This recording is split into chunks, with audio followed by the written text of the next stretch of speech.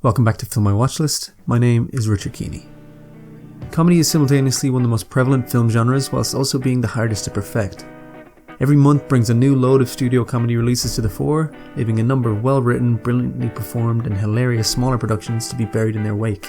These sometimes gain cult status after their initial run. Here are 5 must-see modern cult comedies that deserve more attention. Four Lions. Action! Hey, you unbelieving kuffar bastards. I'm gonna turn your bean. No. What? What's with the gun? Proper replica, man. It's too small, man. Not too small, brother. Big hands. Chris Morris of Brass Eye fame's directorial debut, Four Lions, is a provocative and absolutely fantastic portrayal of a group of hapless jihadi wannabes that cheekily pokes fun at extremism without ever falling into aimless mockery. With a breakout performance from Riz Ahmed and a hilarious ensemble, Four Lions is silly, clever and deeply human. It manages to walk the tonal tightrope between tragedy and farce with aplomb and stands out as a primary example of the fact that anything can be funny if approached in the correct way.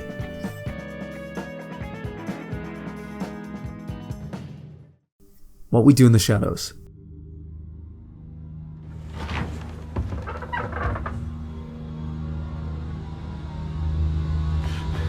Let's go!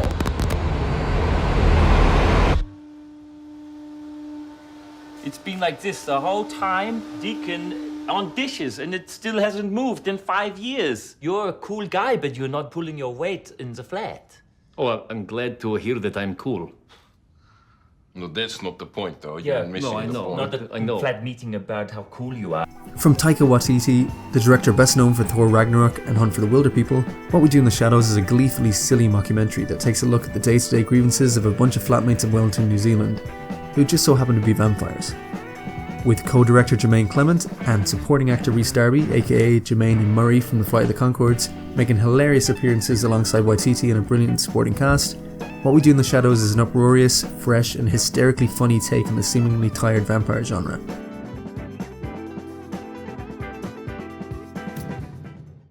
A pigeon sat on a branch reflecting on existence. En räksmörgås och en stor starköl. Gratis!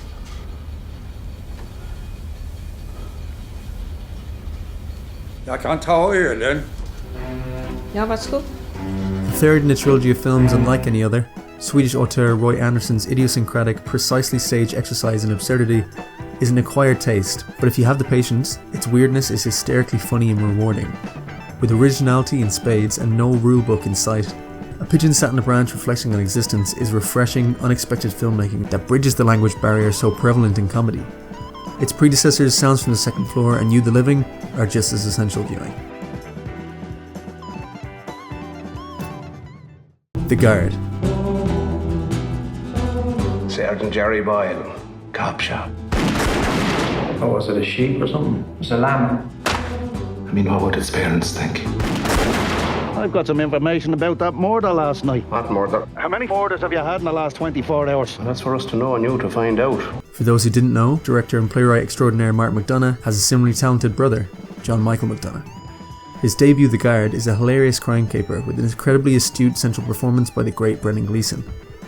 With pitch-dark humour mixed with silliness and violence, and an effective buddy dynamic provided by Don Cheadle's support, The Guard is deliriously entertaining viewing that perfectly encapsulates the West of Ireland wit. His follow-up, Calvary, though markedly more serious, is definitely worth your time.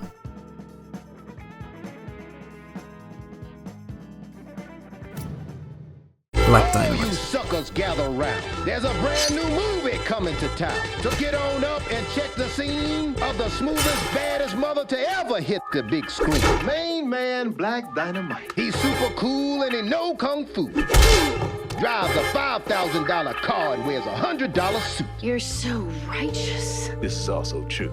And when it comes to the ladies, he's out of sight. Let me guess. You one of these brothers think you can get by on a wink and a smile, huh? What about the smile? I am smiling. Black Dynamite. One of my most treasured comedies to recommend, Michael J. White, who you may know from his small role in The Dark Knight, is perfectly cast as the eponymous Black Dynamite, one of the smartest and silliest spoofs in decades.